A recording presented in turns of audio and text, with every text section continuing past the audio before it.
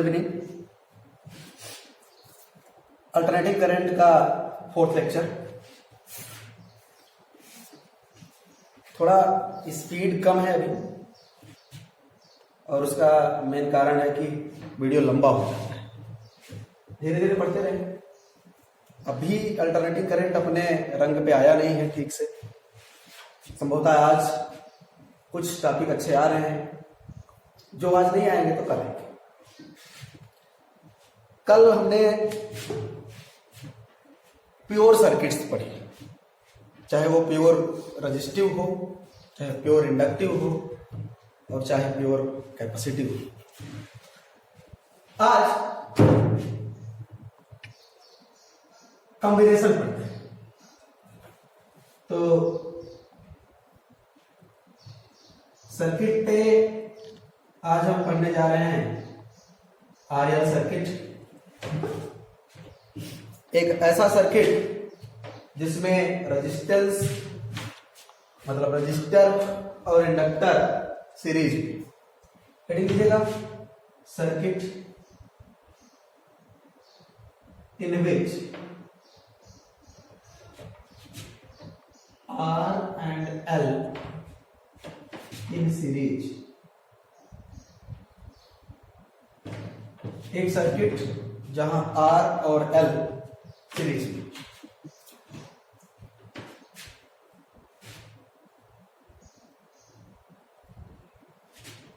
Circuit बनाते हैं, एक रजिस्टर, एक इंडक्टर, कनेक्ट किया गया अल्टरनेटिंग वोल्टेज सोर्स के साथ।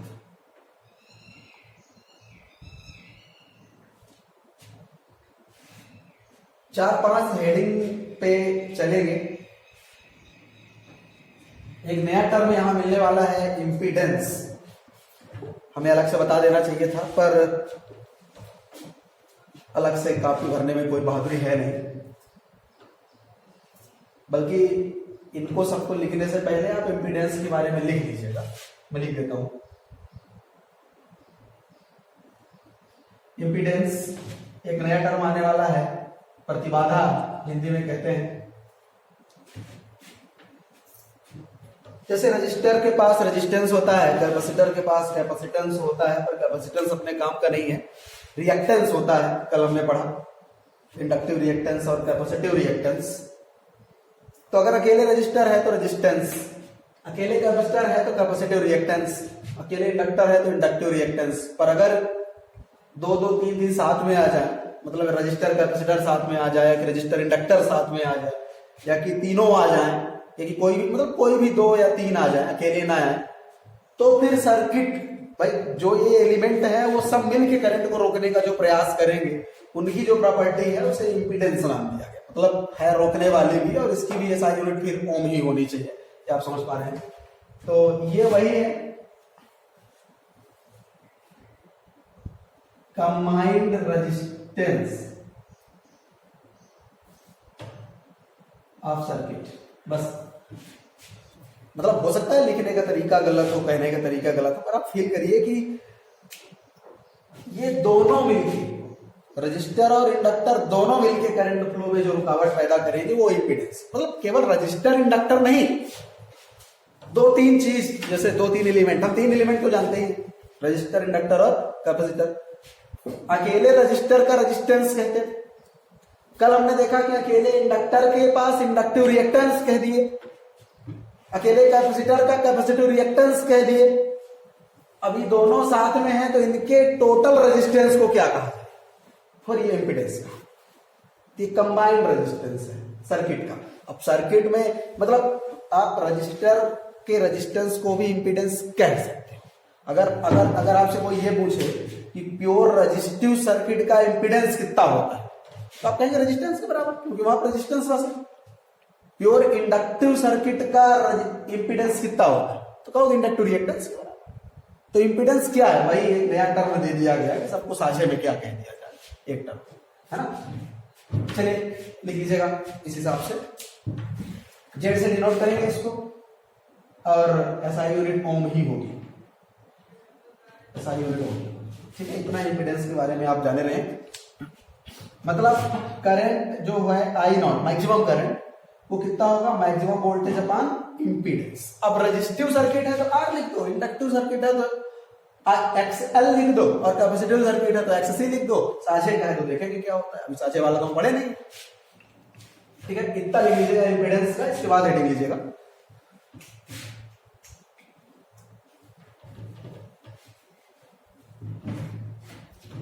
R L.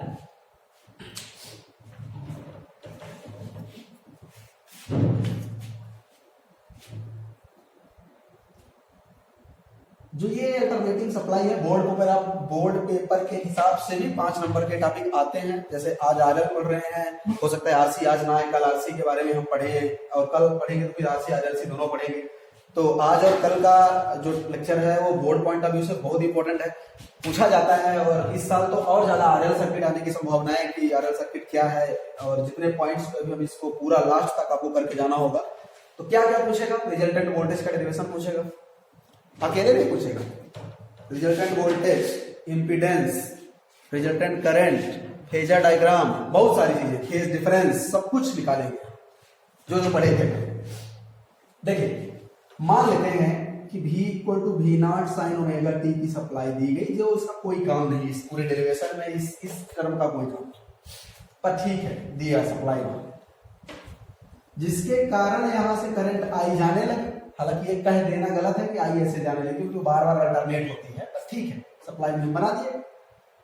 तो इसके क्रॉस वोल्टेज ड्रॉप होगा VR, और इसके क्रॉस वोल्टेज ड्रॉप होगा। अगर हम VR कहें तो को IR लिख सकते हैं इसको। हाँ, आप बोर्ड पेपर में लिखेंगे, माना एक प्रतिरोध तथा एक प्रेरक कुंडली एक प्रत्यावर्ती वोल्टेज स्रोत के साथ श्रेणी क्रम में जोड़े गए हैं। Let a register R and an inductor L are connected in series with alternating voltage supply. Then voltage drop across resistor VR equal to इतना, and voltage drop across inductor कल हम पढ़े थे ये चीज। जैसे यहां रजिस्टर, यहां ऐसे inductor reactance XL omega L के बराबर होता है, कोई बात नहीं, दो चीज। अच्छा, अब हम फेजर डायग्राम अगर बनाएं,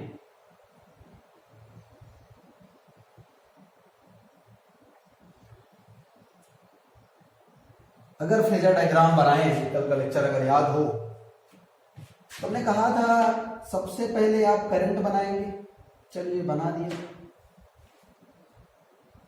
फिर एलिमेंट्स का नंबर आएगा। रजिस्टर के क्रॉस वोल्टेज करंट के साथ ही होता है उसी फेज में, और इंडक्टर का वोल्टेज 90 डिग्री करंट से लीड करेगा, तो 90 डिग्री लीड करा दिया, चलिए VL बन गया। अच्छा, जो रिजल्टेंट वोल्टेज होगा वो इन दोनों वोल्टेज का वेक्टर होगा, और दो वेक्टर अगर 90 डिग्री पे हैं तो उनका रिजल्टेंट ऐसे कहीं आता है, ये आपका है V, resultant voltage. Resultant voltage और रिजल्टेंट करंट के बीच का जो एंगल है उसे हम कहते हैं phi, phase difference. Clear? Phasor diagram clear?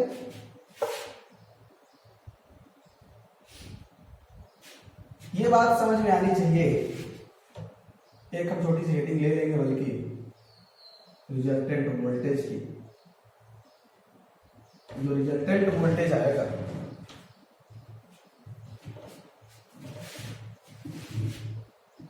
V equal to VR square plus VL square का वेक्टर का नियम, ठीक है, आएगा resultant voltage under root h का इसका टू बिकॉज़ थीटा cos 90। ये जो इक्वेशंस हैं इनसे हम वैल्यू रखते हैं।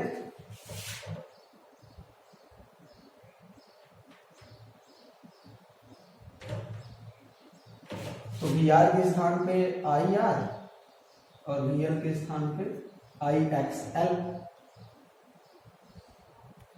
छोड़ सकते हैं यहाँ पे। रिजल्टेंट वोल्टेज के लिए ये बढ़िया हो सकता है। हो जाएगा I square R square plus I square X L square. I आप बाहर ले सकते हैं ना, उस आई स्क्वायर आएगा तो अंडर रूट के अंदर आई आएगा, R square plus X L square. या कि आप जानते हैं कि एक्स एल ओमेगा एल है, तो आप आगे उत्साहित हो अगर तो वहां ये भी लिख सकते हैं, R square plus omega square L square. रटने रटाने की बात नहीं है, ना रटे फॉर्मूले, बिल्कुल ना रटे, कॉन्सेप्ट पे जाएं कि जितना भी है हम फेजर डायग्राम बनाएंगे और वहां से सब कुछ कंक्लूड करेंगे। बिल्कुल ये रटने उठने वाली बातें नहीं है। बोर्ड के हिसाब से आएगा, डिराइव करोगे ठीक है, लेकिन अब फार्मूला रटने लगे कि आरएल में रिजल्टेंट वोल्टेज ये करंट है, नहीं, बिल्कुल नहीं। लो अच्छी बात है, कुछ दिन बाद आपको वैसे भी रट जाएगा क्वेश्चन करते करते। क्यों? तुरंत याद होगा वी एल ऐसे वी आर ऐसे resultant V L square plus V R square होगा, उसमें क्या तो रट ही जाएगा। तो आई बाहर आ जाएगा तो R square plus X L square हो तो रट ही जाएगा कुछ दिन बाद। पर स्पेशली रटे नहीं, मतलब बिना समझे ना रटे, आपको समझ के रख लिए हैं, बहुत अच्छी बात है। ठीक है, इसको आप इक्वेशन थर्ड लीजिए, क्योंकि इसी को लेकर हम आगे बढ़ेंगे। अब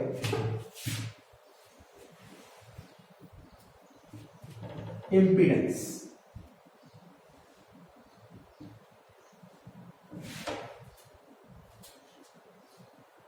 इक्वेशन थर्ड को लेकर हम आगे बढ़ेंगे इम्पीडेंस के लिए। कुछ नहीं दिख तो रहा है, आई को उधर लेंगे, वी अपन आई तो है इम्पीडेंस, जो बचा हुआ है इम्पीडेंस है। तो वी अपन I equal to R square plus omega square L square, ये ना रखें, एक्सएल स्क्वायर ठीक पता रहे, XL equal to omega L होता है वही है ना। वी अपन आई फ्रॉम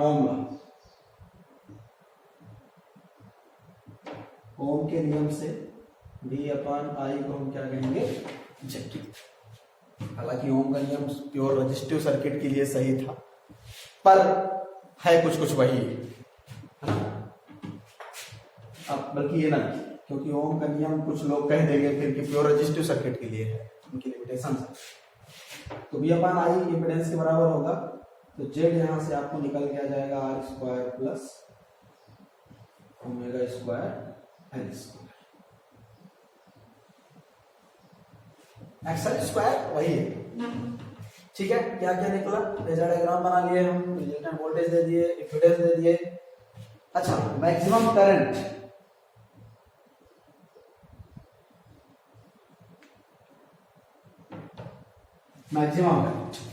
मैक्सिमम करंट कितना होगा, I not equal to V not upon Z. V not कितना है, सप्लाई दी है तो पता ही है अपने को, ठीक है। I not equal to V not upon Z की वैल्यू रख दे R square plus omega square L square.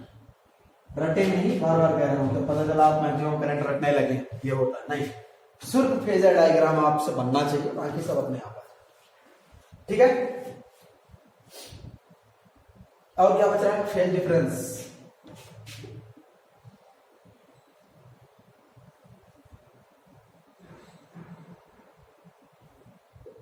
Phase difference वो कैसे आएगा, एक बार और फेजर डायग्राम में बनाओ, छोटा सा। इधर होता है वी आर, इधर होता था वी एल, और इधर होता था वी, वैसी है ये, ठीक है। और इसी के फेज में इधर होता था मेन करंट, ठीक।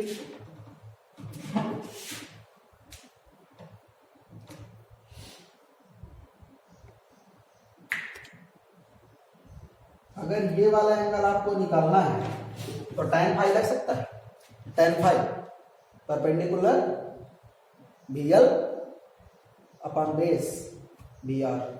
एक्चुअल में ये पूरा वहां तक होता है, बी आर के बराबर ही होता है, तो यहां तक आप बी आर ऐसे लिखिए। ठीक है, perpendicular upon base, V L upon V R, ठीक है। tan phi equal to V L upon V R, phi equal to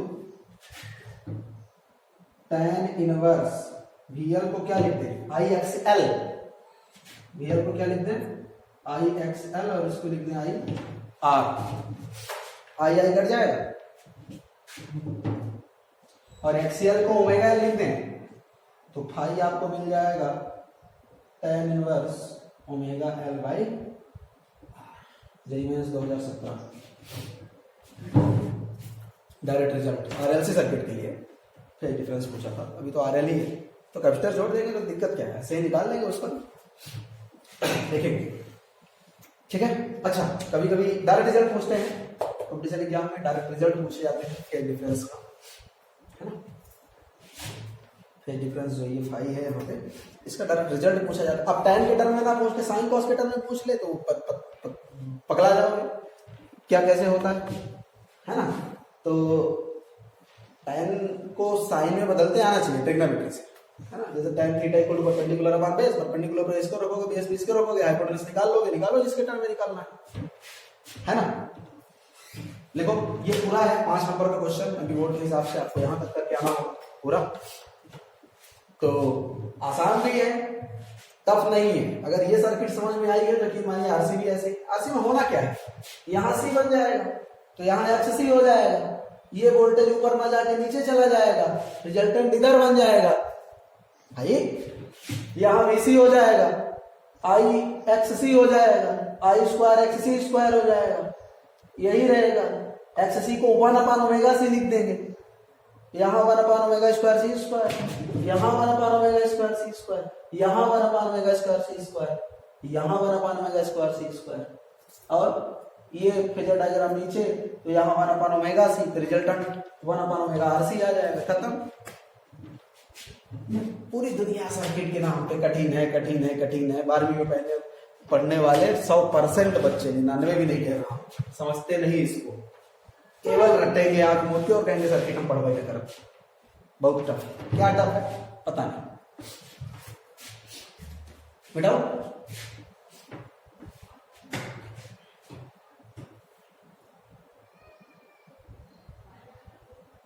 पूरा 5 नंबर का टॉपिक, आना माना जो भी है शुरू में आप लिख लेंगे।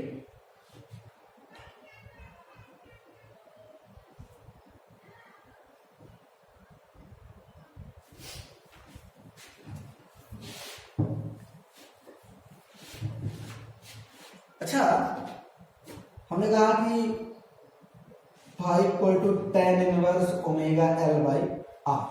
अब मान लो पेपर में फिर पूछ लिया आरएल सर्किट का फेज डिफरेंस कितना होता है, नॉर्मली न्यूमेरिकल्स भी बना देते हैं, डायरेक्ट एल की वैल्यू देके और या की फार्मूला देके डायरेक्ट, ये सब अभी हम देखेंगे क्या कैसे होता है। अगर मान लो एक टर्म होता है, मैं यहीं पे इंट्रोड्यूस कर भी दूं और अलग से भी कर दूंगा, पावर फैक्टर नाम का एक टर्म होता है, सिलेबस में है कि नहीं है मैं ये भी नहीं जानता, होता है, मतलब अब सर्किट पढ़ रहे हैं तो थोड़ा पढ़िए। पावर फैक्टर नाम का एक टर्म होता है, शक्ति गुणांक हिंदी में, वो कॉस फाई होता है, पावर फैक्टर होता है कॉस फाई। मान लो कभी धोखे से पूछ दिया पावर फैक्टर बताओ, तो दिक्कत क्या है, फाई निकालते आता है तो कॉस फाई निकाल लेंगे। कॉस फाई कैसे निकलेगा, क्योंकि फाई है, फाई नहीं बल्कि tan फाई का फार्मूला देखते हैं कि tan फाई आपके पास इतना है, tan फाई अगर हम आप राइट एंगल ट्रायंगल बनाएं, tan theta equal to perpendicular upon base, इस वाले को फाई लेकर अगर हम सॉल्व करें तो ये कितना आएगा, omega square L square plus R square आएगा। हाँ, तो कॉस फाई कितना, बेस अपॉन हाइपोटेनस, यहां से आप पावर फैक्टर निकाल सकते हैं, cos phi equal to R upon omega square L square plus R square. क्या ये इंपीडेंस के बराबर है, हाँ यही तो आया ना इंपीडेंस, तो cos phi equal to R upon Z. Yes, बहुत स्टैंडर्ड रिजल्ट, याद रखें। cos phi equal to R upon Z, cos phi equal to R upon Z. तो रजिस्टर का resistance upon impedance, resistance upon impedance का ratio power factor, अगर कभी पूछ दिया गया, बहुत बहुत ऊंची चीज है।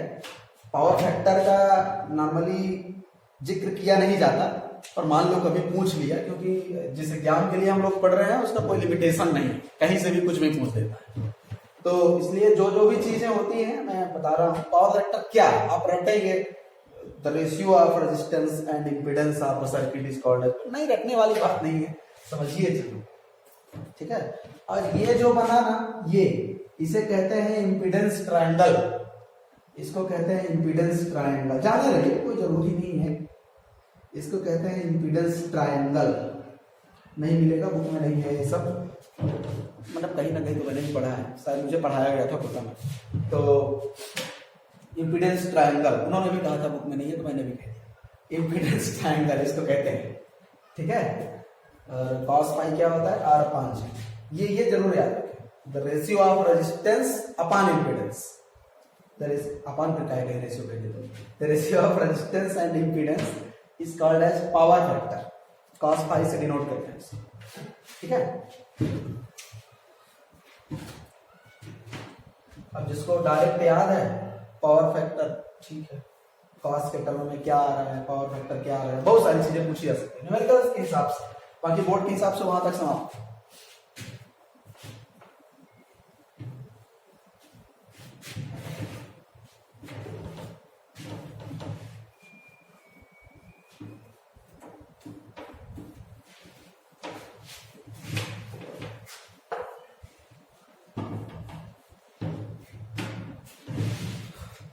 चलिए क्वेश्चन लेते हैं।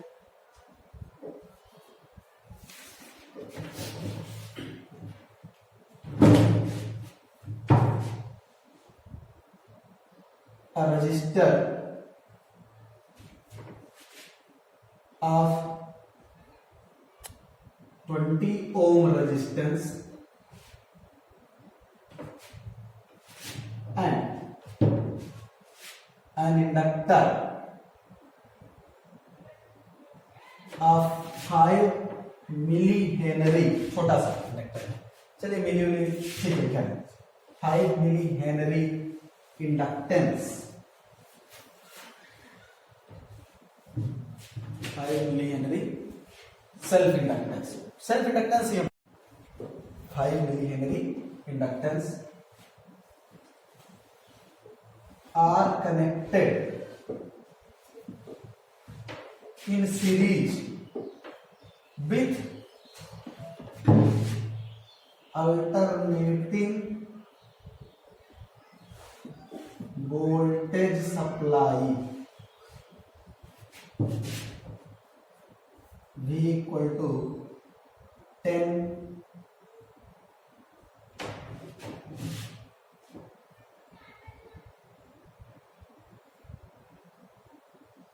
sin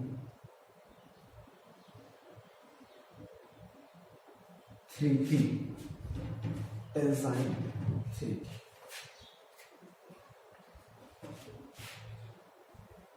फाइन, आप जितना जितना चीज पढ़ेंगे सब कुछ लिखा। पीक वोल्टेज, दूसरा फ्रीक्वेंसी,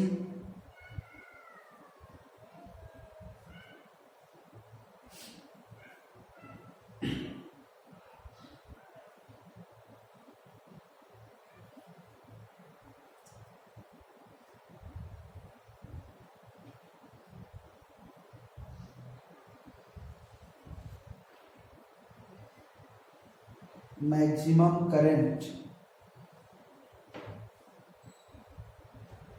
इससे पहले तो आपको इम्पीडेंस निकालना पड़ेगा।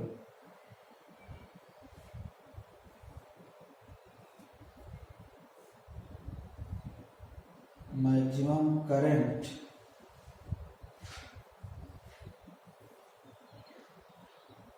फेज डिफरेंस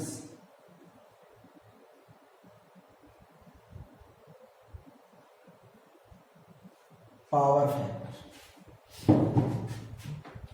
यस, इतनी चीजें निकाल सकते हैं और क्या, ऐसे ही क्वेश्चन पूछते हैं, ऐसे बने जो भी हो आप सब निकाल लें।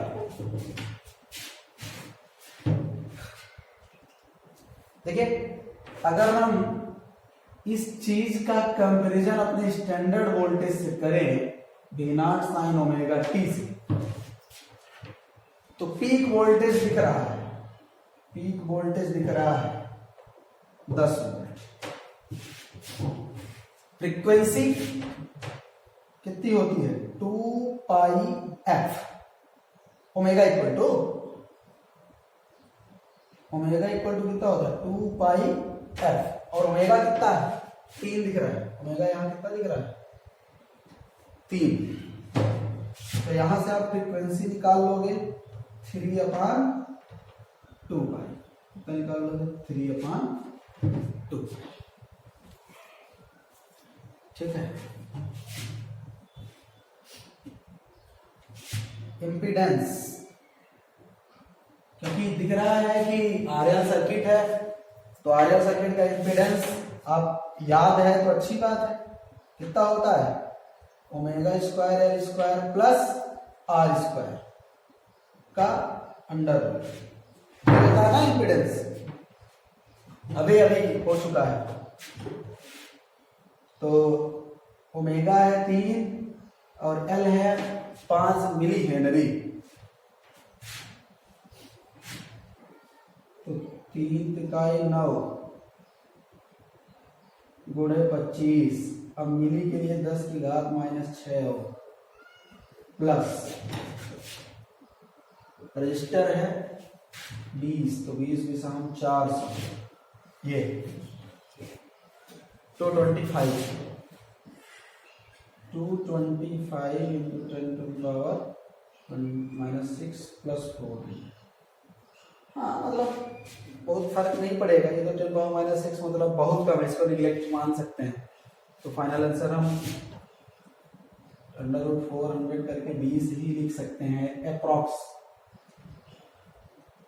ठीक है, हमने यहाँ पर मिली हेनरी कर दिया, बहुत छोटा सा इंडक्टर, कोई फर्क नहीं है उसका, थोड़ा बहुत तो फर्क है ही, बड़े बड़े छोटी छोटी सर्किट्स में इतनी वैल्यू भी बहुत वो कर जाती है। हाँ, अगर हम यहाँ से मिली हटा दें, अगर हम वहां से मिली हटा दें तो यहां से ये हटेगा, यहां से ये हटेगा,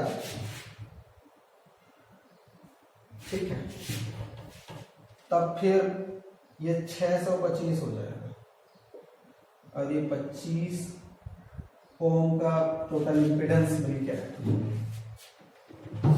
ठीक है, तो मिली के कारण बहुत छोटा आ रहा था, अगर मिली हटा दें तो है ना ऐसा, फिर क्या होगा maximum current I0 equal to V0/Z।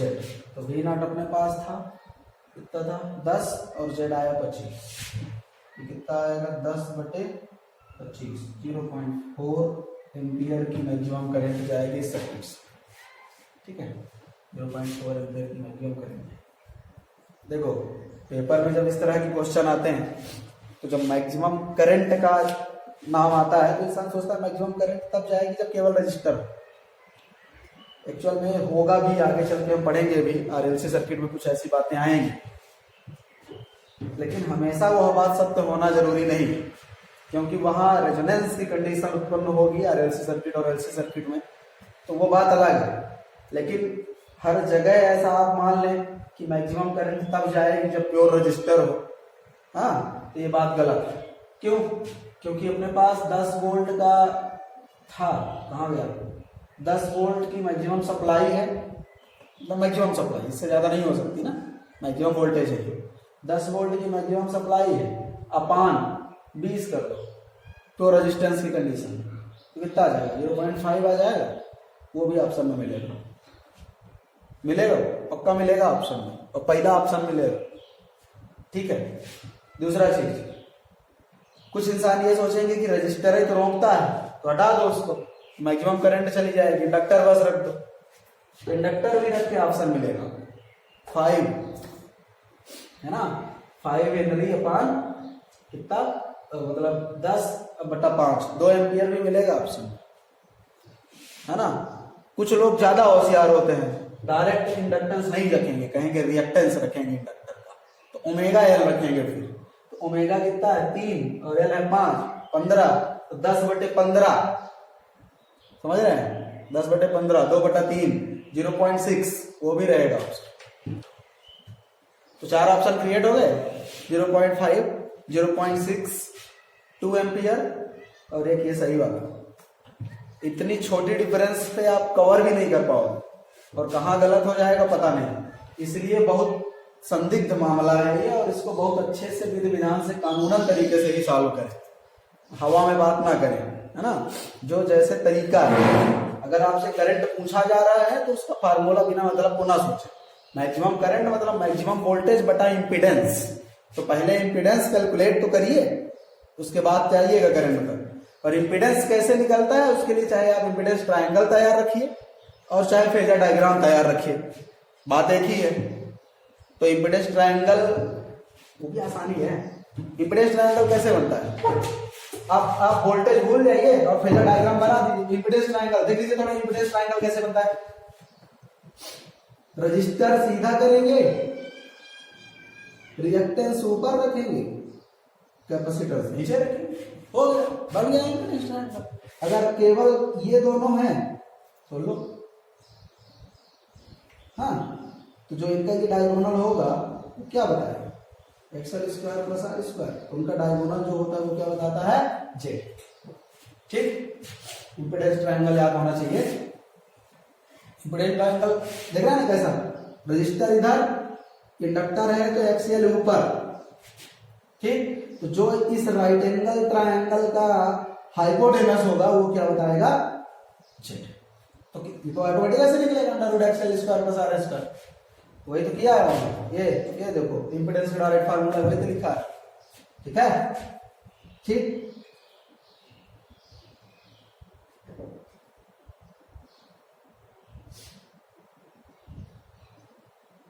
RXL और ये फिर कितना बनेगा, ठीक। अगर कैपेसिटर होता तब भी दिक्कत क्या थी, R ऐसे बनता है, XC ऐसे बनता, तब भी हाइपोटेनस तो वही होता, R² + XC²। अच्छा, अगर तीनों होते, यहाँ XL, यहाँ XC और यहाँ R, तो इसको भी ऊपर ले जाओ तो कितना बन जाएगा, XL - XC। भाई ये नीचे था तो उसको XC लिख दो, और ये R, अब कितना बनेगा, ये होल स्क्वायर + R², खत्म। इंपीडेंस का ठीक है, इंपीडेंस ट्रायंगल याद रखिए, ठीक है। तो कितनी चीजें हमने निकाला, ये फेज डिफरेंस। आप फेज डिफरेंस के लिए ज्यादा बढ़िया है कि पावर फैक्टर का फार्मूला याद रखिए, cos ∅ R/Z, यहीं से सॉल्व करिए। ज्यादा ओमेगा L/R एक है ऑप्शन आपके पास टाइम के लिए, ठीक है। तो R कितना है आपके पास 10 और Z कितना है आपके पास 25, R 20 है ना, R 20 है, 4/5।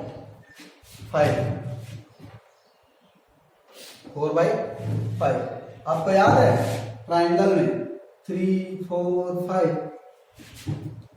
ये 37 डिग्री होता था, पावर फैक्टर कितना दिख रहा है, ये 36.8 डिग्री याद होना चाहिए। 37 डिग्री का ये होता है 4/5।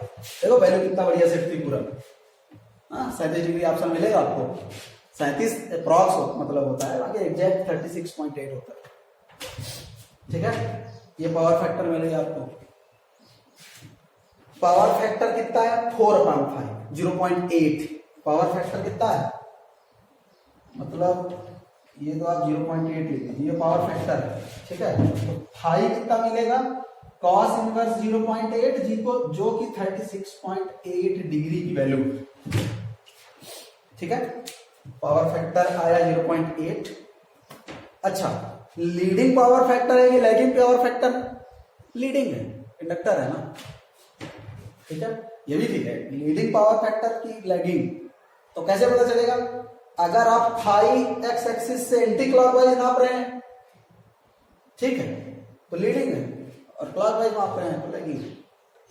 तो अभी तो फिर हम फिलहाल हमने क्लॉकवाइज ही मापा है, इसलिए लीडिंग पावर फैक्टर। हालांकि ये टर्म आपके सिलेबस में नहीं है, एडवांस तक नहीं है, ये सब गेट के सिलेबस में है, leading power factor, lagging power factor सब कुछ।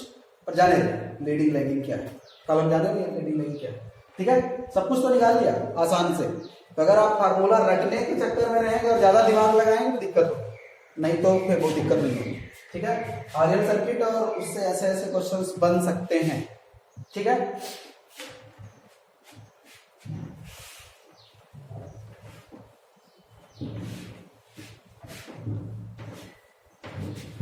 अच्छा, याद करने के लिए तरीके अपने अपने हैं। चाहे तो जैसे आप इम्पीडेंस निकालना है तो आरएल सर्किट हो चाहे आरसी सर्किट हो, आप मन में बैठा रही हमको वेक्टर वाला दो, वेक्टर 90 डिग्री वाला काम करना है। तो आरएल है तो आर स्क्वायर प्लस उसका XL square under root, XC है तो R square plus under root X square.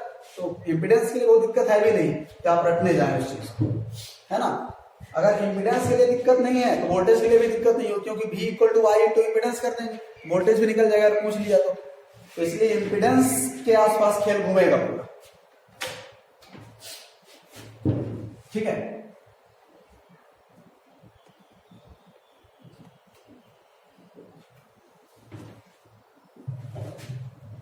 Current growth in RL circuit, current growth in RL circuit. कैसे आरएल सर्किट में करंट ग्रो करती है धीरे धीरे, याद करिए। आरसी सर्किट कैपेसिटर में हमने डिस्कस किया था Q equal to Q naught 1 minus T to the power, sorry 1 minus E to the power minus T by RC, थोड़ा थोड़ा इस तरह से। तो सेम वही तर्ज एक बार फिर से देखिए, रजिस्टर इंडक्टर अल्टरनेटिंग सप्लाई से जोड़े गए, ये रजिस्टर ये इंडक्टर, ये V equal to V naught sine omega T. ठीक है,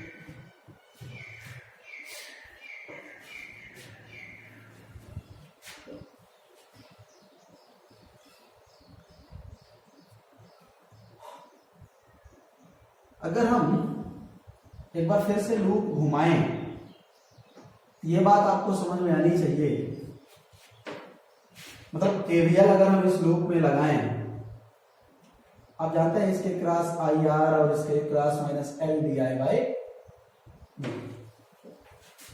तो आप देखें V minus L D I by D T equal to R. लगा लीजिएगा केवीएल, आप लगाते हैं। ठीक है, V minus L D I by D T equal to R. यहां से आप L D I by D T की वैल्यू निकालेंगे तो आएगा V माइनस आर। ठीक है, एक्चुअल में ये क्या लिखा है, आपको अगर ये नहीं समझ में आ रहा है तो आप ऐसा करें, आई आर इसके क्रॉस ड्रॉप प्लस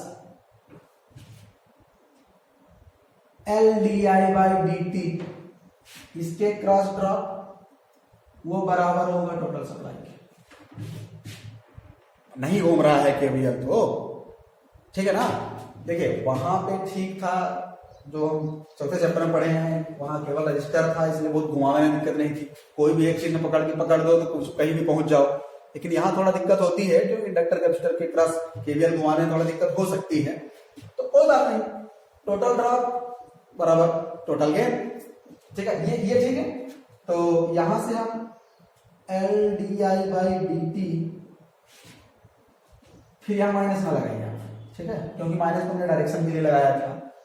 जब वही करंट जाएगी, गेन करेगा, अपोज करेगा, ईएमएफ जो भी है, L D I by D T equal to V minus I R. ठीक है, आप यहां से वेरिएबल सेपरेट करते हैं। ठीक है, क्या करते हैं, वेरिएबल सेपरेट करते हैं।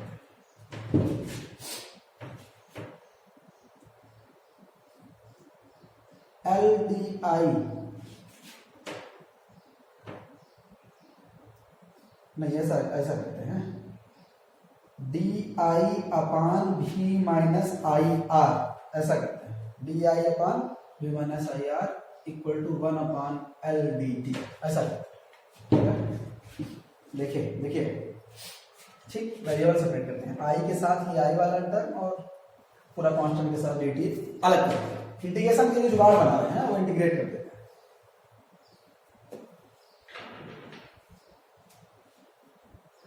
दोनों साइड में इंटीग्रेट कर दिया, D I upon B minus I R equal to 1 upon L integral D T, ठीक है।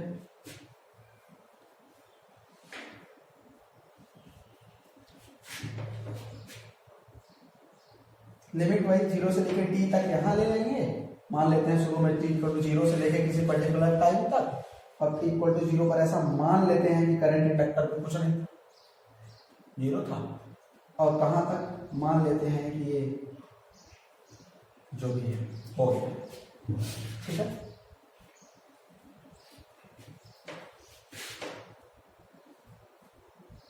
तो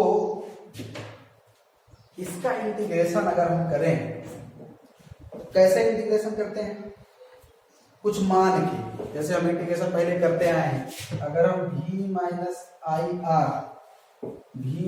आई आर को मान लेते हैं कुछ नया वेरिएबल p मान लेते हैं, और फिर डिफरेंशिएट करते थे, तो कैसे डिफरेंशिएट, किसके रिस्पेक्ट में डिफरेंशिएट करते थे, i के रिस्पेक्ट, किसके रिस्पेक्ट में, i के रिस्पेक्ट। तो ये कितना जाएगा, माइनस आर इक्वल टू कितना जाएगा, डीपी अपॉन डी आई, हो जाएगा। तो डी आई की वैल्यू कितना मिल जाएगी, DP upon R, D I की वैल्यू कितना मिल जाएगी, डीपी अपॉन आर। रखें यहाँ पे डी आई की वैल्यू यहाँ पे ले आके रखें, माइनस डीपी अपॉन आर, तब जाके जब इंटीग्रेट करने हम जाएंगे ये हो जाएगा, डी आई के स्थान पे हम रख रहे हैं माइनस डीपी अपॉन आर, और upon V minus I R के स्थान पे रख रहे हैं पी, लिमिट अभी लगा देते हैं जो भी है, ठीक है, और इक्वल टू 1 अपॉन एल और डी टी का इंटीग्रेशन टी। अभी तो हम इसका इंटीग्रेशन अभी किए नहीं है, तो उसको भी हम अभी डी टी ही लिखा है, नहीं लिखते, 0 से लेके टी तक। बार बार कह रहा एसी पढ़ने के लिए आपको इंटीग्रेशन पे कमांड होना जरूरी है। अब ये वाला रूल भूल गया होगा, चैन रूल हम पढ़े थे 11th में शुरू में 10-15 दिन, ठीक है। तो 1 अपॉन आर बाहर आ जाएगा, चलो माइनस 1 अपॉन आर बाहर कर देते हैं, ठीक है। माइनस 1 अपॉन आर बाहर कर दिया तो क्या बचा, डीपी अपॉन पी, 0 से लेके आई तक, वहां बचा 1 अपॉन एल, 0 से लेके टी तक dt, ठीक। चलो आर को माइनस को सब उधर भेज देते हैं, इधर बचा 0 से लेके आई तक DP upon P equal to minus R by L, और ये हो गया कितना, 0 से लेके टी तक टी, तो ठीक है।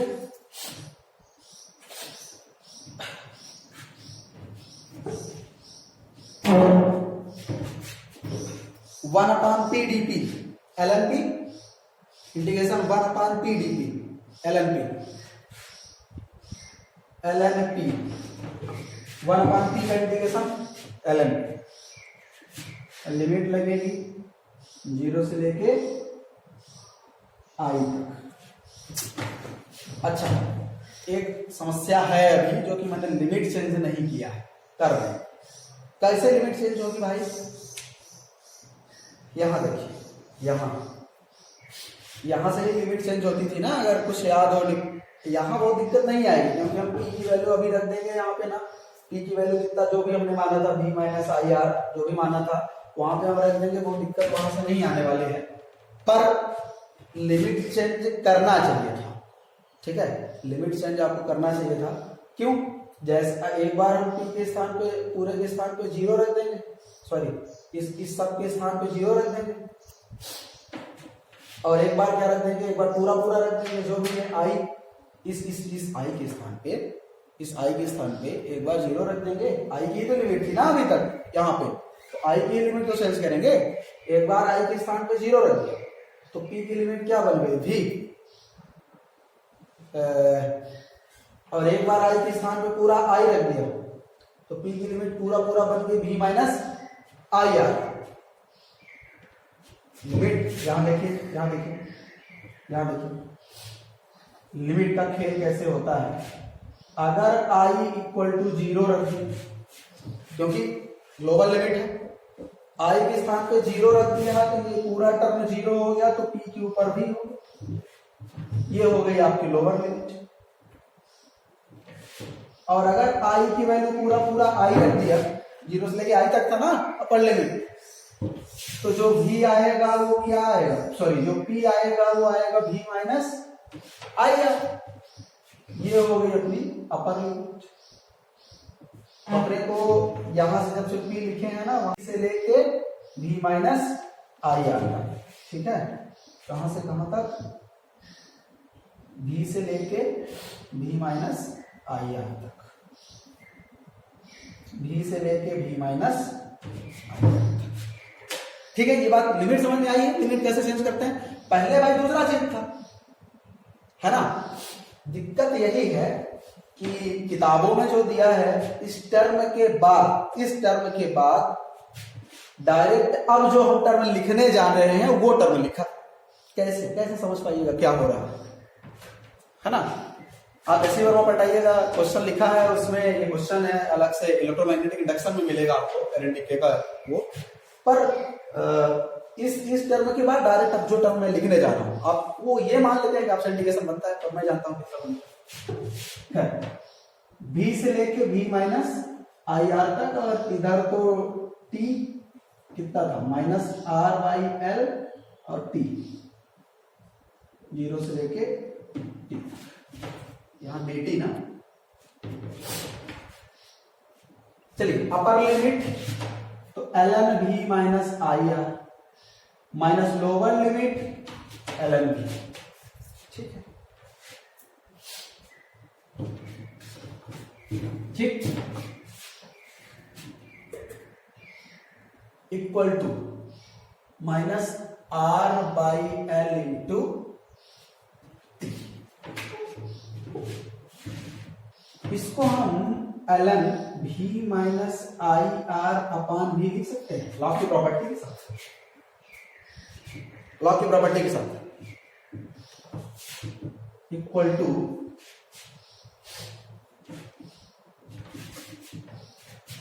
Minus R by L into T. तो अगर v minus I R upon v, अगर v minus I R upon v करते हैं तो ये कितना जाएगा, e to the power minus R by L into T. अगर इधर से एल एल खुलता है तो वो e टू द पावर होता है, सब जानते हैं, सब जानते हैं। अगर इसको हम थोड़ा अलग अलग करें, इसको थोड़ा अलग अलग करें,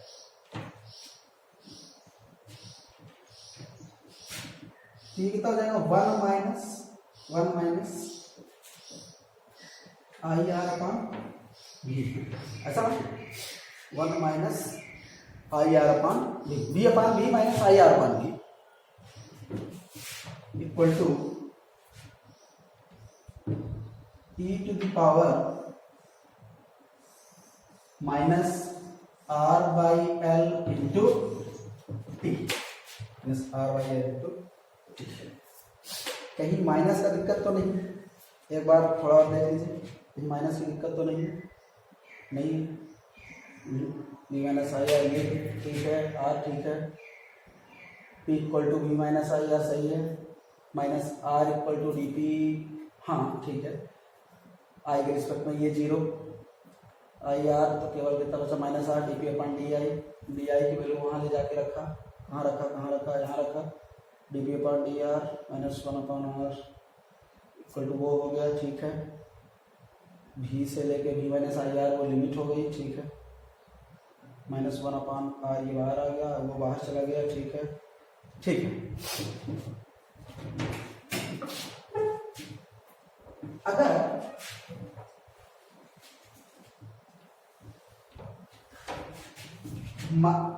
माइनस आई आर अपॉन भी छोड़ देंगे और उधर ले जाए, उधर ले जाए तो कितना हो जाएगा -1, तो क्योंकि वहां +1 था तो उस पर गया तो -1, अब plus E to the power minus R by L into T, ठीक है। माइनस हटा दे, इधर का माइनस हटा दे तो उधर साइन चेंज हो जाएगा, ठीक है। तब बच्चा आई आर अपॉन भी equal to 1 minus E to the power minus R by L into T, ठीक है। बहुत बहुत आसान नहीं है ये डेरिवेशन, इसलिए बहुत धीरे धीरे आपको बताया जा रहा है, ठीक है। इतना अगर ठीक है, इतना इतना ठीक है। अगर हम आई को इधर रहने दें, आई को इधर रहने दें तो उधर कितना बन जाएगा, भी अपॉन आर बनेगा, बन जाएगा।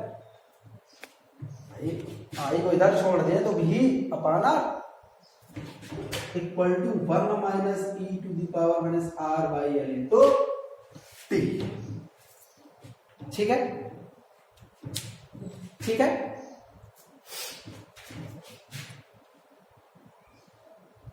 एक तो ये रिजल्ट आप तैयार रखेंगे, ठीक।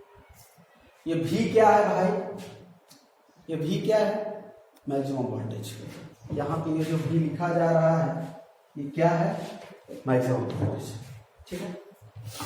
यहां भी जो लिखा जा रहा है वो मैक्सिमम वोल्टेज, ठीक है।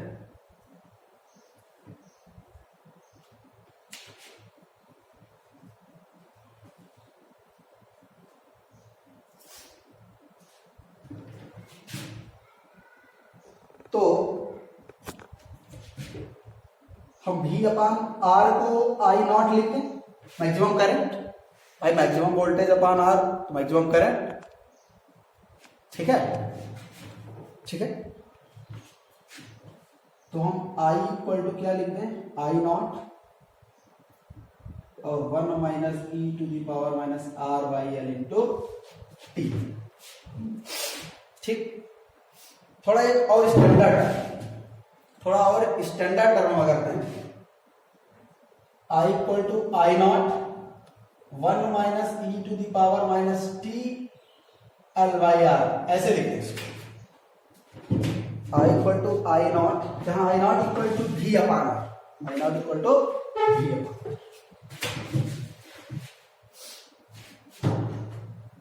ठीक है। I not equal to V upon are,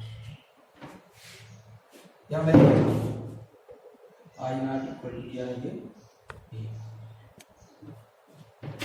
देखिए क्वेश्चन में दिया रहेगा इतनी वोल्ट की सप्लाई दी गई है ना। नॉर्मली अगर इंडक्टर के करंट डीके उके का क्वेश्चन पूछेगा तो टाइम के फंक्शन के रूप में इक्वेशन दे, वो बहुत कम संभावना है। और अगर देता है तो याद रखिए कि ये मैक्सिमम करंट है, और मैक्सिमम करंट तब निकलेगी जब मैक्सिमम वोल्टेज अपान करोगे तो, ठीक है। और दूसरी चीज, मैक्सिमम करंट निकालने का यहाँ तरीका क्या है, फिर आप अलग से आरएल सर्किट में मैक्सिमम करंट कैसे निकाले हैं वो वाला करेंगे, कैसे इम्पीडेंस निकाल के, क्या कैसे जो भी है, ठीक है। और चाहे याद रखिएगा कि भी अपॉन आर नॉर्मली कर दीजिए तो वो निकल जाएगा, क्योंकि जब डीसी सप्लाई होती है तो डीसी सप्लाई में इंडक्टर सब शॉर्ट सर्किट हो जाते हैं, बहुत ज्यादा फर्क नहीं पड़ता, ठीक है। तो ऐसा भी हो सकता है कि बैटरी लगा दें, ऐसा भी हो सकता है कि बैटरी लगा दे, और बैटरी लगा देगा तो फिर तो एक फिक्स ईएमएफ है ना बैटरी का, तो वो भी मिल जाएगा आपको, डायरेक्ट ईएमएफ भी है भी, ठीक है। तो बहुत टेंशन ना लीजिएगा, उस चीज क्वेश्चन में आपको सब कुछ मिल जाएगा।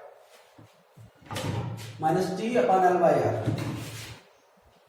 आई equal to I not 1 minus E to the power minus T by tau, tau time constant, वहां भी टाउ था कैपेसिटर में टाउ इक्वल टू हम यहां पे क्या कह रहे हैं L बाई आर।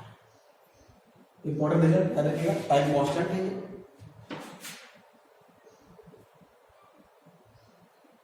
ये है टाइम कांस्टेंट, ठीक है, टाइम कांस्टेंट। आप ये वाला रिजल्ट याद रखेंगे, I equal to I not 1 minus E to the power minus T by tau. Advance 2020 का क्वेश्चन, डायरेक्ट इसी पे कुछ करना भी नहीं था,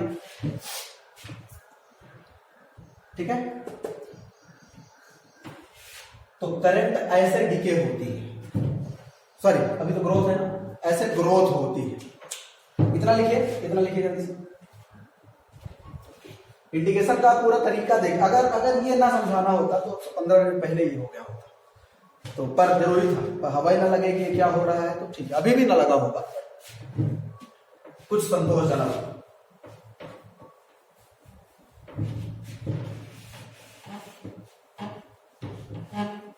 डायरेक्ट उसके बाद ये वाला टर्म लिखा है, ये वाला टर्म बुक में, एस वर्मा में भी, वहां से डायरेक्ट को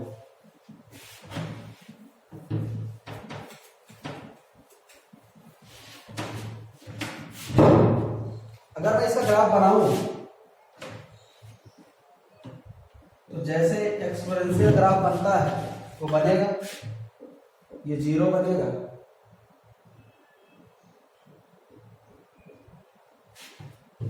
अगर यहां पे हम t इक्वल टू टाउ मान लें, ये आता है 0.63 आई नॉट, अपने मैक्सिमम वैल्यू का 0.63, अपने मैक्सिमम वैल्यू का 0.63 परसेंटेज, सॉरी परसेंटेज नहीं, इतना गुना है ना। तो एक टाइम कांस्टेंट पे कितना आता है 0.63 गुना करंट, मतलब हो जाए 0.63 मतलब क्या 63%, हाँ अपने मैक्सिमम वैल्यू की 63% तक वो बढ़ जाती है, मतलब इतने टाइम कांस्टेंट में। कैपेसिटर में भी यही था, हम कर दिखाए थे, है ना। फिर आपसे पूछा जा सकता है बताइए 99% करंट कब पहुंचेगी, तो आप कहां रखोगे, आई के साथ में 0.99 आई नॉट रख दोगे और इसी तरह सॉल्व कर लोगे, ठीक है। तो न्यूमेरिकल्स बन सकते हैं यहां से भी, जैसे कैपेसिटर में बना था कि बताइए इंडक्टर में इतना करंट है, वही आया भी था एडवांस 2020 का क्वेश्चन, उठा के देखिएगा बन जाएगा डायरेक्ट इस फार्मूले क्वेश्चन डायरेक्ट, ठीक है। मैं क्या, क्योंकि कैपेसिटर में आप पढ़ चुके हैं और मैंने ही बताया है, इसलिए मैं यहाँ पे बहुत एक्सप्लेन कर नहीं जा रहा हूं कि t इक्वल टू टाउ पे ये कैसे, सेम यही चीज कैपेसिटर में हो चुका है, ठीक है। एक चीज और अगर हम थोड़ा बड़ी जल्दी में देखें, नहीं जल्दी छोड़ो, एक क्वेश्चन देख लीजिए, कि कैसे यहां से क्वेश्चन बनते हैं। क्वेश्चन कहा जाता है कि a resistor of resistance 10 ohm and inductance 10 millihenry, inductance 10 millihenry are connected in series with a battery of EMF with a supply, ऐसा डायरेक्ट बोला जाता है, with a supply of 200 volt. तो क्या है, हम काहे परेशान हो गए, वो मैक्सिमम है कि आरएमएस है कि क्या, बहुत ज्यादा हम उसमें परेशान नहीं है, ठीक है, मैक्सिमम ही मान के चलिए भाई, उससे ज्यादा हम दे ही नहीं सकते, जब हमको बोल ही नहीं रहा है कि अल्टरनेटिंग सप्लाई से दे रहा है, कैसे दे रहा है, क्या कैसे, डायरेक्ट बोल रहा है register of resistance 10 ohm, inductance इतना millihenry, are connected with supply, are connected in series with supply of 200 volt, बस, ठीक है। ये पूछा, इतना दिया है, फिर पूछता है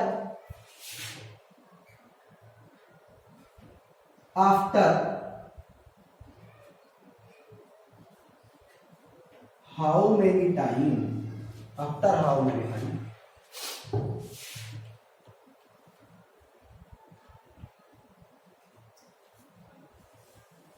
current एक इंडक्टर चार्ज 50%, नॉर्मली ये ठीक है।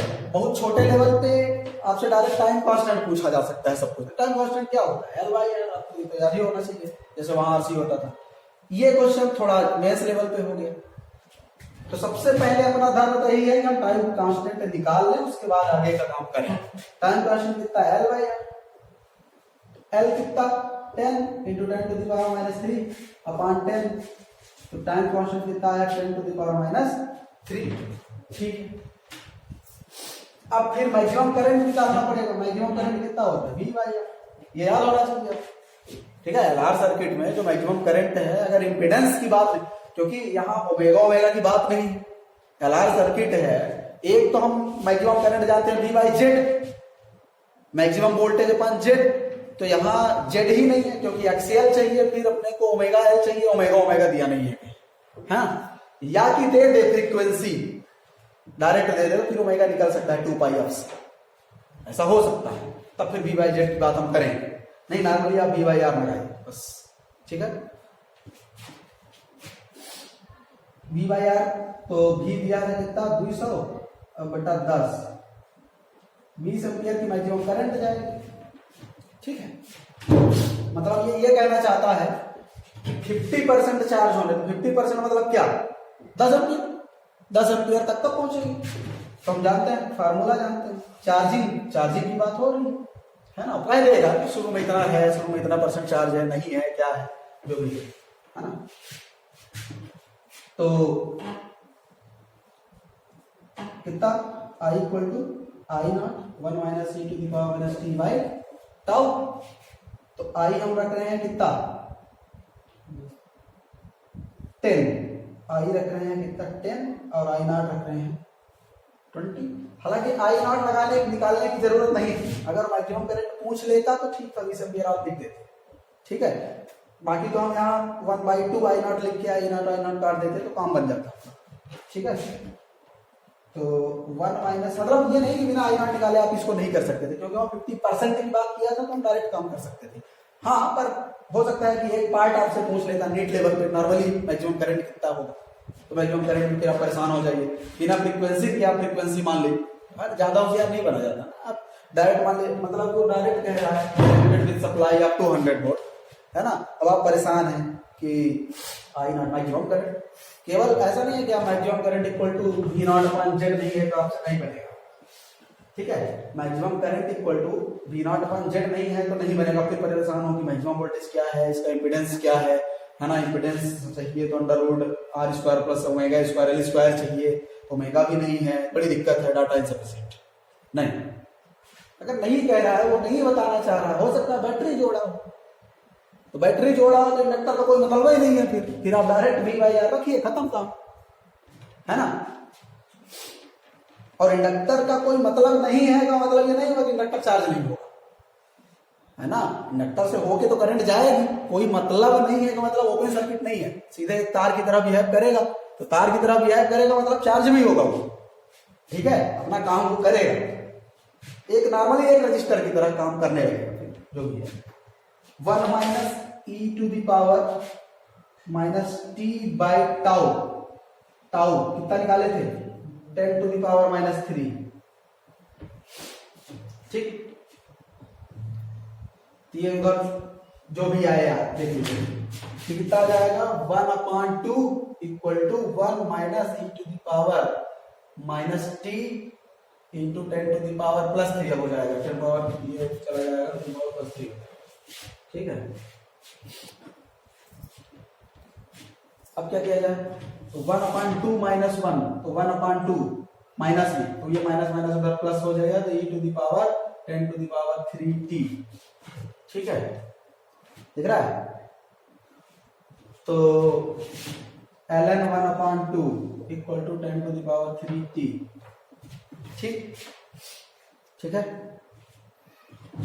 ln e वहां से हटेगा तो इधर ln लग जाएगा ना, क्योंकि ln होता था तो उधर ही लगा था, याद आ रहा है डेरिवेशन में हम करे थे। अगर उधर से e हटेगा तो इधर क्या लगेगा?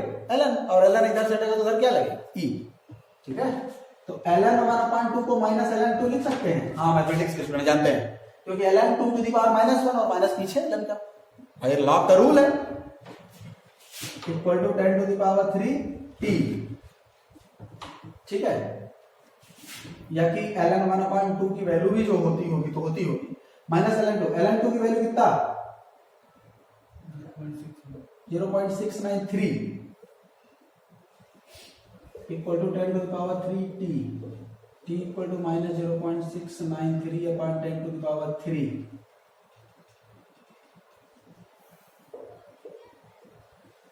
जो भी है, मतलब 50% चार्ज होने में और बहुत कम समय लगेगा।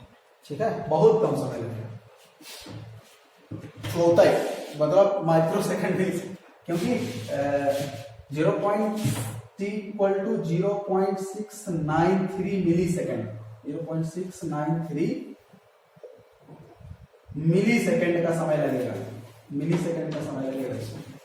ठीक है, 50% बहुत कम समय, और 63% होने में, क्योंकि इसका टाउ ही बहुत कम है ना, यहाँ मिली लेके सब काम गड़बड़ हो गया है। जैसे एक क्वेश्चन होता है, पर क्या करें भाई, क्वेश्चन का डिमांड है, इतना कम इंडक्टर है तो कितना टाइम लेगा चार्ज होने में, है? ठीक है, 0.693 मिली सेकेंड का समय लेगा। माइनस में आ रहा है उसकी टेंशन आप ना लीजिए, माइनस वाइनस तो ठीक है, सब एडजस्ट हो जाएगा, है ना, उसकी बहुत टेंशन नहीं। ठीक है, ये चार्जिंग का पूरा प्रोसेस है, ये चार्जिंग का पूरा प्रोसेस है। ऐसे क्वेश्चन बन सकते हैं, आप निकाल सकते हैं, है ना। खूब अच्छे से बताइए 80% कब चार्ज होगा, है ना, तो ज्यादा आसानी, जैसे मान लीजिए पूछ लिया 70% कब चार्ज होगा। आप जानते हैं एक टाइम कांस्टेंट में 63% चार्ज हो जाएगा, तो पहले आप टाइम कांस्टेंट निकाल लीजिए, पहले आप टाइम कांस्टेंट निकाल लीजिए, उससे ज्यादा वाला अगर ऑप्शन हो तो फिर देखिए 2 ऑप्शन तो निगलेक्ट कर ही सकते हैं भाई। एक टाइम कांस्टेंट में 63% चार्ज होगा, ठीक है, तो 63% से ज्यादा पूछ रहा है, मतलब एक टाइम कांस्टेंट से ज्यादा समय लगेगा। टाइम कांस्टेंट तो पहले निकाल ले, तो ऑप्शन निगलेक्ट करने में आसानी होगी। ठीक है, कि ऐसा ऐसा हो रहा है। ठीक,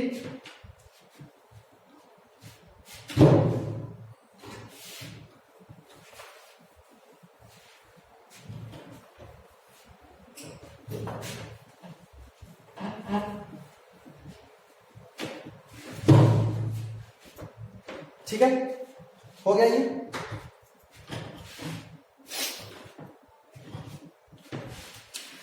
कैसे ग्रोथ किया आरएल सर्किट में करंट, वो समझ में आया।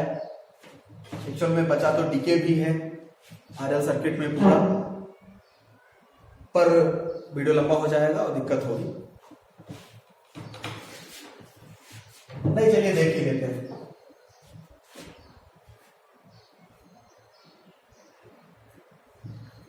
थोड़ा जल्दी जल्दी स्पीड में देखिए, थोड़ा देखिएगा। ग्रोथ हो गई, करंट ग्रोथ हो गई, पूरा चार्ज हो गया इंडक्टर। अब डिस्चार्ज की बात है। ठीक है, डिस्चार्जिंग, इंडक्टर की डिस्चार्जिंग कैसे, कैपेसिटर में हमने डिस्चार्जिंग शायद नहीं देखा था, डायरेक्ट रिजल्ट लिख लिया था 37% के लिए, है ना। तो करंट डीके, कैपेसिटर से क्वेश्चन पूछे भी नहीं जाते ना, अपने सिलेबस में है। कैपेसिटर में चार्जिंग डिस्चार्जिंग के ओर से नॉर्मली क्वेश्चन नहीं पूछे जाते मेंस लेवल तक। इंडक्टर के क्वेश्चन पूछे जाते हैं मेंस लेवल पे, इसलिए इंडक्टर जरूरी है। यहां पे हमने कवर किया डीके भी और ग्रोथ भी। तो ये आर, ये एल, जब एक बार इंडक्टर पूरी तरह चार्ज हो गया, और वो डिस्चार्ज तभी होगा जब बैटरी हटा देगा। कब होगा, बैटरी हटा। तो बैटरी हम यहां से ऐसा करेंगे, एक यहां से तार पहले से जोड़े रहेंगे, व्यवस्था बनाए रहेंगे, तो ऐसे स्विच रहेगी और एक स्विच यहां भी रहेगी, ऐसे समझ रहे हैं। तो पहले ये वाली स्विच कनेक्ट रहेगी और फिर अब ये वाली कनेक्ट कर देंगे, तो बैटरी हट गई ऑटोमेटिक सर्किट से। अब बैटरी नहीं, अब डिस्चार्जिंग हो। तो डिस्चार्जिंग अभी जो इक्वेशन हमने पढ़ी, तो L D I by D T, उस वाले में, चार्जिंग वाले में, तो अब वहां से भी हट चुका है, क्योंकि भी अपना यही तो था, भी अपना ये था ना, तो ये तो हट गया, तो भी हटा दो, क्या बचा, minus I R equal to L D I by D T. फिर उसे वही काम, फिर से वही काम, minus I upon, sorry D I upon I equal to minus R by L D T. बोलो ठीक है, इंटीग्रेट करते हैं इसे जो इक्वल पे, तो इंटीग्रेट करते हैं डी आई बाई आई, कहां से, मैक्सिमम करंट से, क्योंकि मैक्सिमम चार्ज हो चुका है, मैक्सिमम करंट उससे जाने लगी, लो भी जाने लगी फुल चार्ज की अवस्था में। आई नॉट से लेके कहां तक, किसी भी समय टी के लिए हम मान वैल्यू निकाल रहे हैं, तो कहां तक, आई तक, ठीक है, equal to minus R by L D T, कहां से, टी इक्वल टू 0 पे अब हमने देखना शुरू किया है, किसी भी पर्टिकुलर टाइम टी के लिए। टी इक्वल टू 0 क्या होता है, जहां से हमने देखना शुरू किया, तो जब हमने देखना शुरू किया तब इंडक्टर पूरी तरह चार्ज था, फुल चार्ज था, मैक्सिमम करंट जा रही थी, आई नॉट, भाई फुल चार्ज होगा तभी ना मैक्सिमम करंट जाएगी, ठीक है। और कब तक, किसी पर्टिकुलर टाइम टी पर हमने देखना बंद कर दिया, उस समय मान लेते हैं कि आई करंट जा रही है, क्योंकि अब धीरे धीरे करंट घट रही है, रजिस्टर के थ्रू डिस्चार्ज हो रहा है, ठीक है। तो कितना बच जाएगा, एल एन आई, लिमिट कहां से, आई नॉट से लेके आई तक, equal to minus R by L into T, ठीक है। तो ये हो जाएगा L N I minus L N I not equal to minus R by L into T, L N I upon I not equal to minus R by L into T, L N हटाएंगे तो I upon I not equal to E to the power minus R by L into T, तो आई equal to I not E to the power minus R by L into T, फिर से वही काम, I equal to I not E to the power minus T L by R, I equal to I not E to the power minus T by tau, minus T by tau, ठीक है। ये discharging equation. तो charging equation और discharging equation आपसे आना चाहिए, पता चला पूछ लिया डिस्चार्जिंग का क्वेश्चन, आप चार्जिंग इक्वेशन लगा के सॉल्व किए पड़े हो, ऐसा थोड़ी होता है। चार्जिंग इक्वेशन अलग है, डिस्चार्जिंग इक्वेशन अलग है, ठीक है, फर्क केवल वन माइनस का ही है ब्रैकेट के अंदर, पर ये डिस्चार्जिंग इक्वेशन। अगर हम एक टाइम कांस्टेंट में कितना डिस्चार्ज हो गया निकाले तो वो 37% आएगा, ठीक है। आप निकाल के अगर देखेंगे एक टाइम कांस्टेंट में कितना डिस्चार्ज हो गया तो 37% आएगा,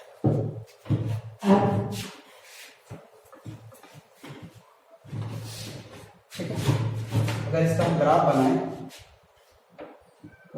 ग्राफ बनाएं, ये कुछ ऐसे रहेगा, ठीक। और ये अगर हम यहाँ पे t इक्वल टू टाउ लिख दें तो ये आ जाएगा 0.37 आई नॉट, ये आई, ये वाली एक्सिस पूरी करंट की है और ये वाली एक्सिस करंट की, ठीक है। एक टाइम कांस्टेंट में इंडक्टर 63% चार्ज होता है और डिस्चार्ज धीरे धीरे होता है, चार्जिंग की अपेक्षा डिस्चार्जिंग धीरे धीरे होती है। मोबाइल भी यार कोई भी चीज हो, चार्जिंग की अपेक्षा डिस्चार्जिंग धीरे धीरे होती है, और अगर चार्जिंग से तेज डिस्चार्जिंग है तो फिर खराब है, तो बदलिए, ठीक है। तो एक टाइम कांस्टेंट में 63% चार्ज होता है, जबकि डिस्चार्ज कितना होता है 37%, ठीक है। चार्जिंग और ऐसे क्वेश्चन यहां भी पूछे जा सकते हैं कि एक इंडक्टर बताइए कितना चार्ज था शुरू में, तो जो शुरू में चार्ज था वही उसका मैक्सिमम है, और क्या भाई, शुरू में इतना करंट उससे जा रहा था तो उसी को मैक्सिमम लेके हम अब काम करना शुरू कर देंगे, इनिशियल वही ना है अपने पास भाई, जहां से हमने देखना शुरू किया वही उसके लिए मैक्सिमम है। अब ये चीज अपने को क्लियर करना है कि चार्ज हो रहा है कि डिस्चार्ज हो रहा है, तो अगर चार्ज हो रहा है तो वही मैक्सिमम लेके शुरू कर देंगे जो पहले था, ठीक है। तो डिस्चार्ज हो रहा है तो जहां से हमने देखना शुरू किया, भाई हम कहते हैं कि नहीं पूरी तरह से चार्ज हो पाया, तभी लगा दिया हमने उसको, बैटरी हटा दिया, तो क्या करेगा, वही उसके लिए मैक्सिमम है, तो जो उस समय मैक्सिमम है उसी को लेकर क्वेश्चन सॉल्व करना शुरू कर देंगे, ठीक है। तो आरएल सर्किट के बारे में जितना जो हो सकता था वो आपने देखा, आरसी सर्किट कल और संभवतः आरएलसी भी, और 2-4 अच्छे न्यूमेरिकल्स भी देखिए। तब तक आसान से वीडियो शेयर किए, आप कमेंट जरूर करा करिए, हमको अच्छा लगता है, आप कमेंट करते हैं तो लगता है कि हाँ हमारी मेहनत सफल हो रही है, तो अच्छे अच्छे कमेंट किया करिए, मतलब मैं कह नहीं रहा हूं कि अच्छे अच्छे किया करिए, जिसको जो जैसा लगे कमेंट किया करिए, वीडियो शेयर किया करिए, क्योंकि अगर 50 लोग नॉर्मली देख रहे हैं और 50 लोगों को शेयर हुआ तो और लोगों तक पहुंचे कि अपने ऑसिलेटर में क्या होता है, जो कि पहले एजी टू सक्सेस हुआ करती थी। खैर, कल फिर मिलते हैं कुछ नए टॉपिक के साथ, तब तक देखते रहिए। All the best.